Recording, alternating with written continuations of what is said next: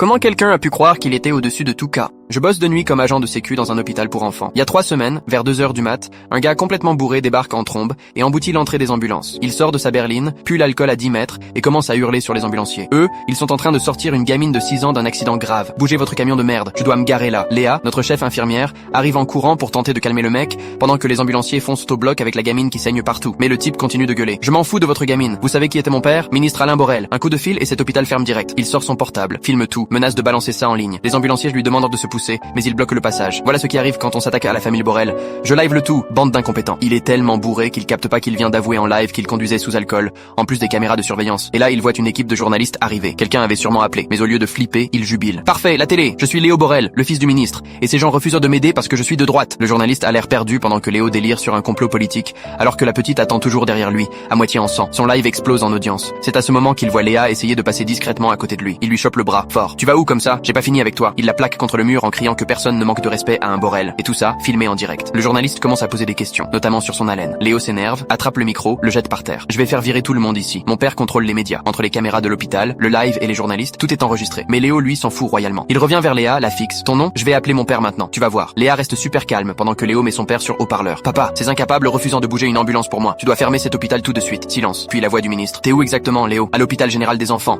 Ils m'ont agressé. Et là, changement total de ton. Léo, qu'est-ce que tu fous là-bas? Camille a emmené Louis à cet hôpital il y a 1 heure. Il a eu un accident. Léo fronce les sourcils. Louis, quel accident? L'accident de voiture. Notre petit-fils est en train d'être opéré, Léo. Il tourne la tête vers l'ambulance. Il voit le sang sur le brancard. Et puis, il lit les commentaires sur son live. Des gens qui parlent de l'enfant blessé. Et là, il percute. Léa, c'est pas juste une infirmière. C'est la Léa Ramirez, chef de la chirurgie pédiatrique. Celle qui allait opérer Louis. Et Louis, c'est le fils de sa sœur, le petit-fils du ministre. Léa le regarde droit dans les yeux. Ton neveu, Louis, est en salle d'op. Ta sœur Camille est en train de prier pour qu'il survive. Et toi, tu viens d'agresser la seule personne capable de le sauver. Le live explose. Les gens captent ce qui vient de se passer. Les caméras tournent toujours. Léo s'écroule. Léa s'éloigne tranquillement. J'ai juré de ne faire aucun mal. Et ça inclut d'opérer dans de bonnes conditions mentales. Louis a survécu. Léo a pris 5 ans de prison. Et son père, il l'a désavoué en public pour sauver sa carrière.